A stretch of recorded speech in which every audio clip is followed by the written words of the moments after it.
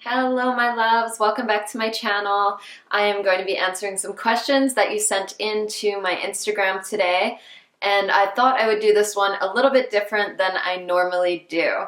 Usually I answer about 8 to 10 questions, and I go pretty in depth with the answers. I thought it'd be fun to do this one, answering basically as many as I can within a reasonable time period. I also just posted on my Instagram for anyone to ask questions quickly, so I will also read off of that.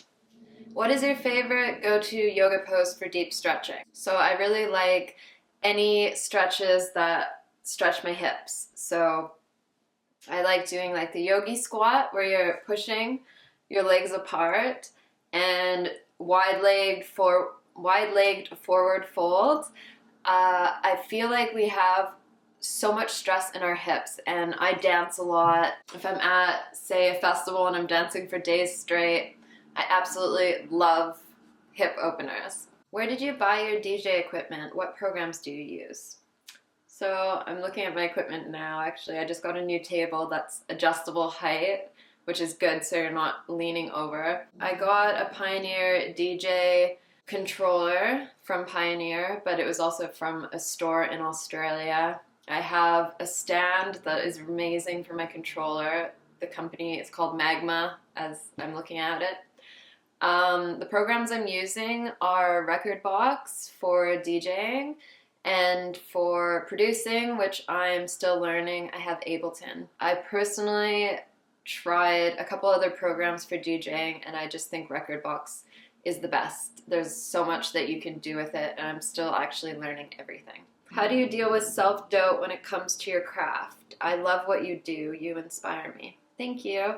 I think self-doubt is the same as any fear. So there's this misconception that we have to be fearless and we have to, just do all these things with absolute courage and nothing holding us back. And there's this persona that a lot of, say, like powerful women and powerful people put on, that they're fearless. But the truth is, I don't think anyone is genuinely fearless. So dealing with self-doubt, dealing with fears, is dealing with them. You need to learn how to manage them and how to control them. So don't expect them to ever go away. I know some of the greatest public speakers have said they still get a little bit nervous every time, or some of the greatest musicians. With what I do, for example, if you watch my first YouTube video, I'm super awkward and uncomfortable.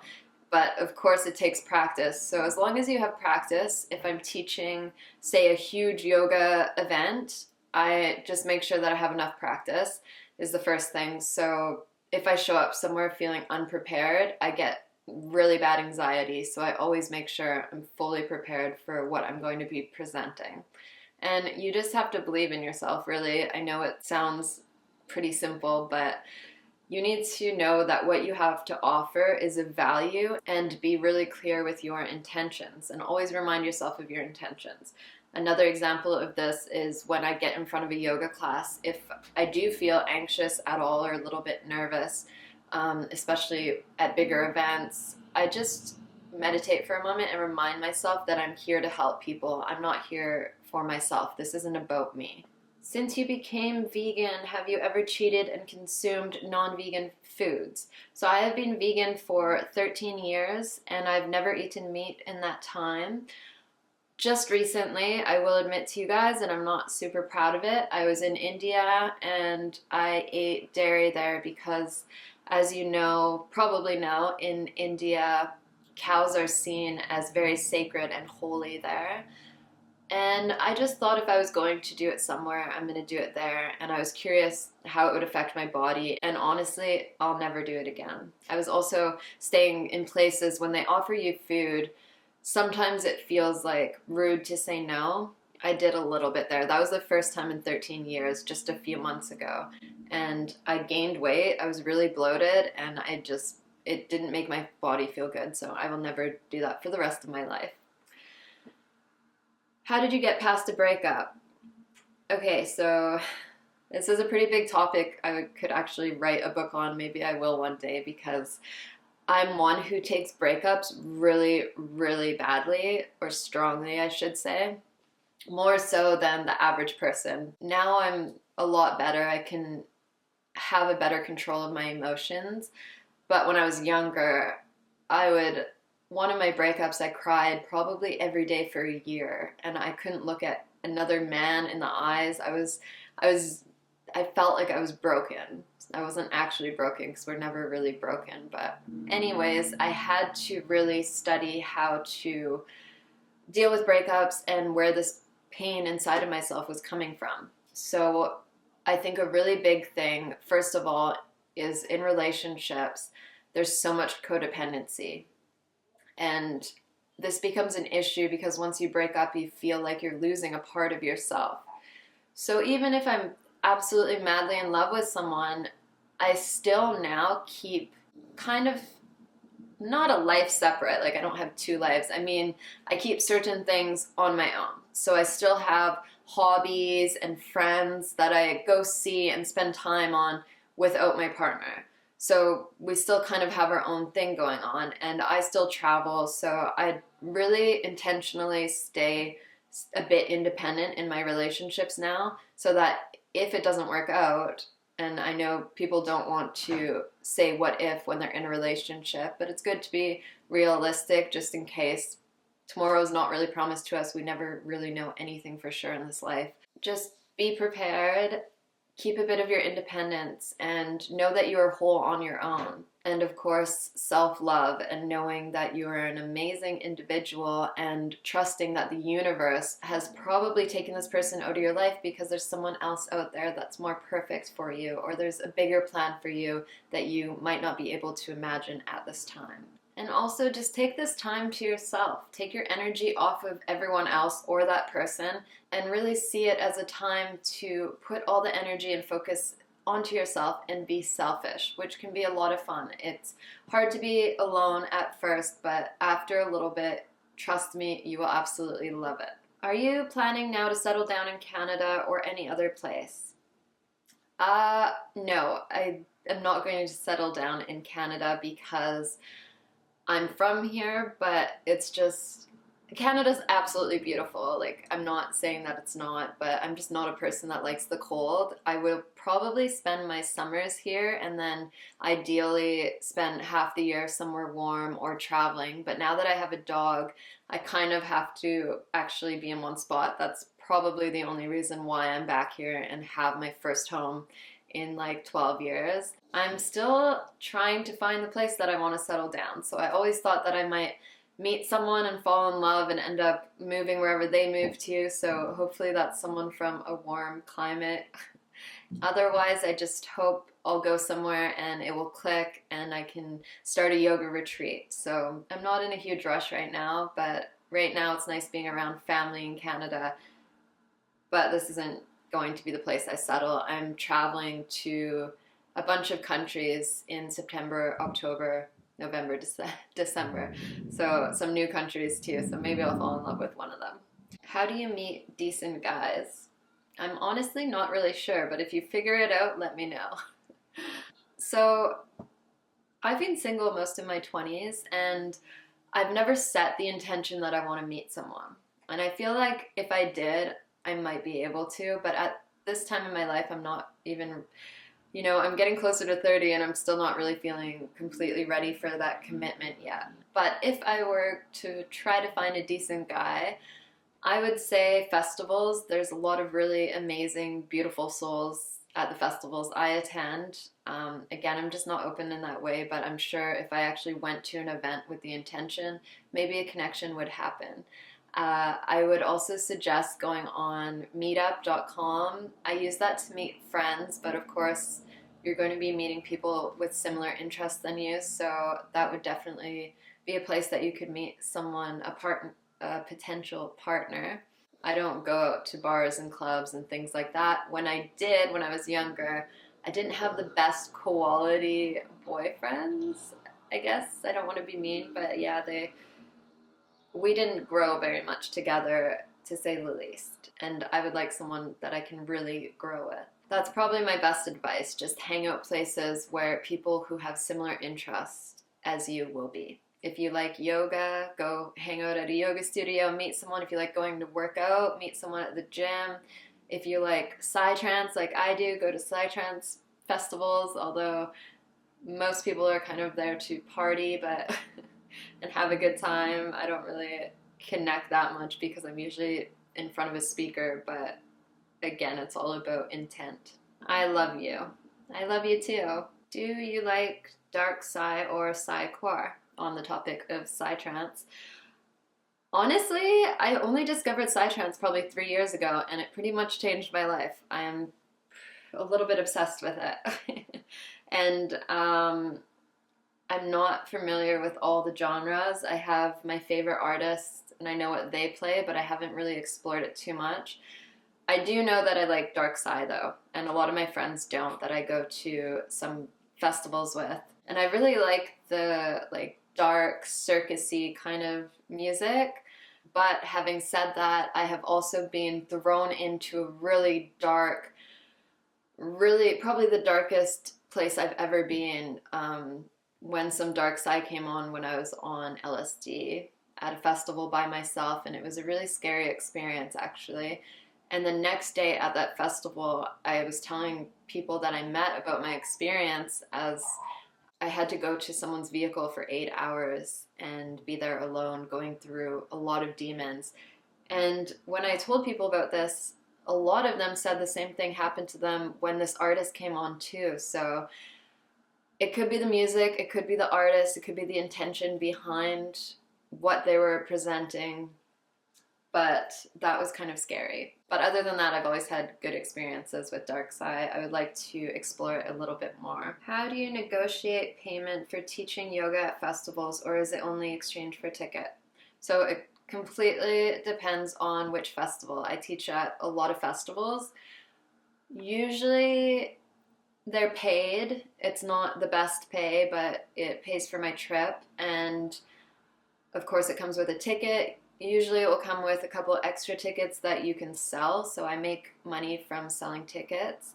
Otherwise, say if it's rarely, but I did more when I first started teaching yoga, teach at really big festivals just to kind of market myself, and those weren't paid. Sometimes I will just do it for a ticket if I really want to go to that particular festival. Do you have a meditation routine of some sort?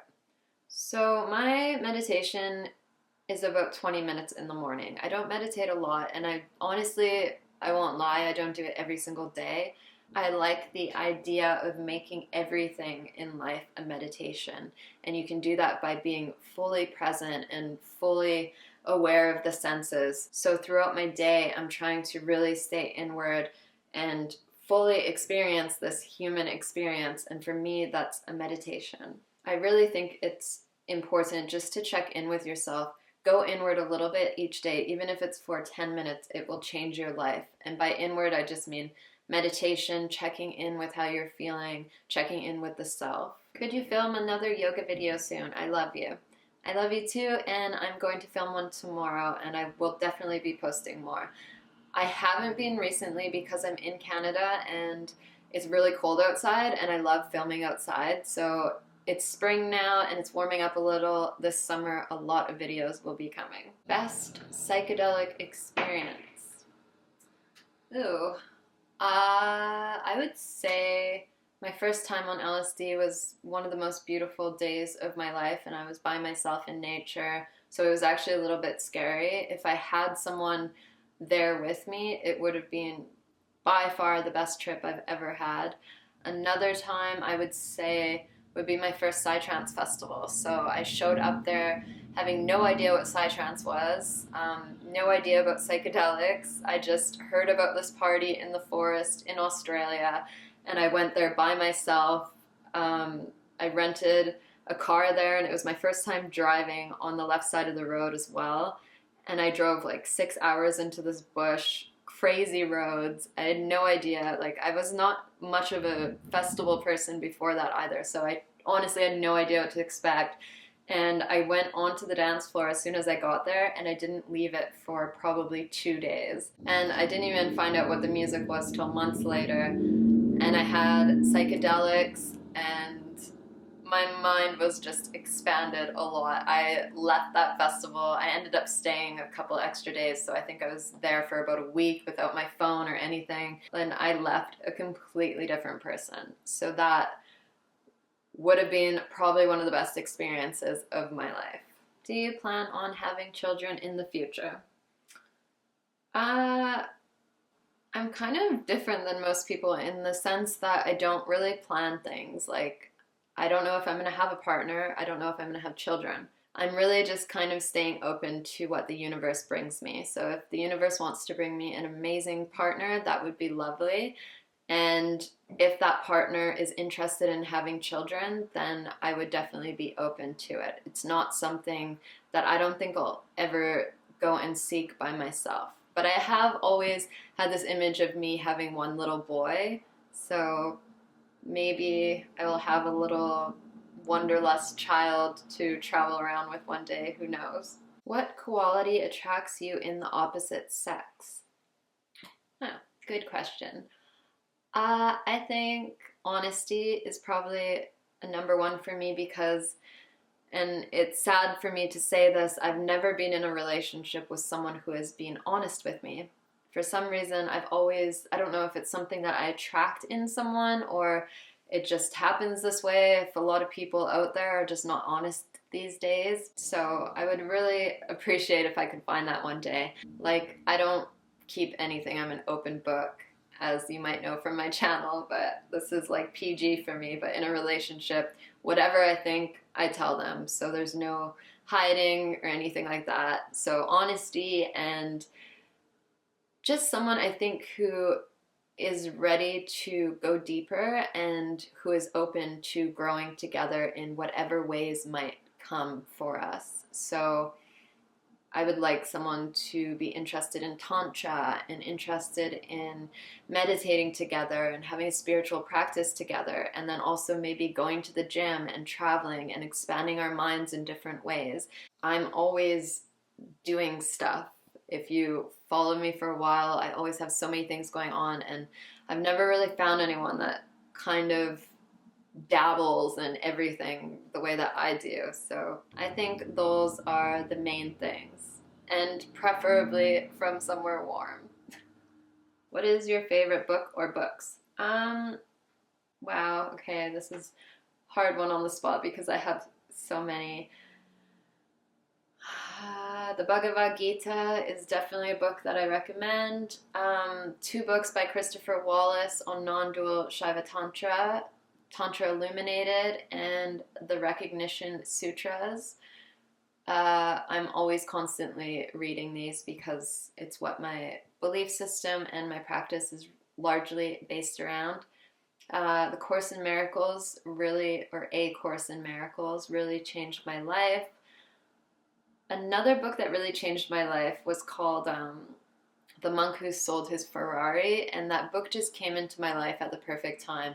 I was just beginning to wake up to the fact that materials aren't going to make me as fulfilled as I thought they would, and I had a Porsche and I was about to sell it, and I was ready to go to Thailand and move to Thailand and follow a Buddhist path, so it was very fitting. So that book I'm just really grateful for because it's the book that I started meditating and that really gave me the confidence to go over to Eastern countries and study. Can we have a DJ session and play Psytrance? Yes! Oh my god, there's no Psytrance where I am right now, so I don't have anyone to practice with, and it's really crazy that it's in so many countries, but it hasn't come over to this area of Canada yet, like whatsoever. So I miss it, and I really wish I had some friends here to play with or to watch them play and learn from them, but all in due time. Have you been to Newfoundland? So I was actually a Nova Scotia baby. I grew up in Halifax. My dad's from Halifax and my mother is from Moncton, New Brunswick. I guess they thought British Columbia would be a better life for them, and it is absolutely beautiful here. But I do like the East Coast, and I had a partner who actually passed away, but he was from Newfoundland, and we always planned to go there, and his family's there, so maybe one day I'll make the trip. When's your birthday? October 18th. I'm a Libra. Been to Ozora? No, I haven't. I would really like to. It looks incredible. I am planning to go to Boom next summer. At one point in your life, did you feel the most enlightened and why? I don't really like to use that word because it's misinterpreted highly in the West, but I've reached high states of bliss through mostly singing mantra and dancing is when I have felt most connected to my highest self and so much bliss that I'm actually vibrating and my whole body is orgasming really. So, and of course when I stay in ashrams I feel a lot more connected to myself than when I'm out in the real world. What are your views on being pretentious? It's not nice. Being pretentious, so people that are like they're trying to prove something, I guess, and this really comes down to, in my opinion, a disconnection from self. So they are identifying with materials and their looks and status, everything that's outside of themselves.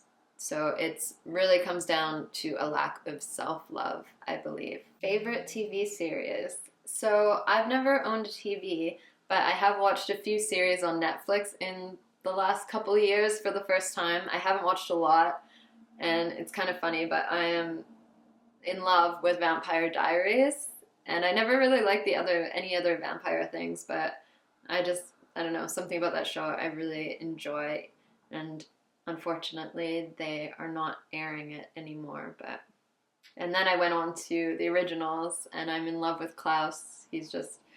I think he's an amazing actor, and he just plays that role really well, so that's kind of my only TV thing that I've been really into, and that a character I've really liked. Next India trip, I will be in India in October. Do you have a boyfriend? No, I don't. I have been single for probably 9 or 10 months now, and in that time I've been completely by myself, and it's been just really nice concentrating on other things and focusing on myself for a while. Okay, I think that is it for now. I need to finish my smoothie. I hope you guys have enjoyed watching me answer these questions. And if you're new to my channel, hit the subscribe button for more upcoming videos. See you guys again soon.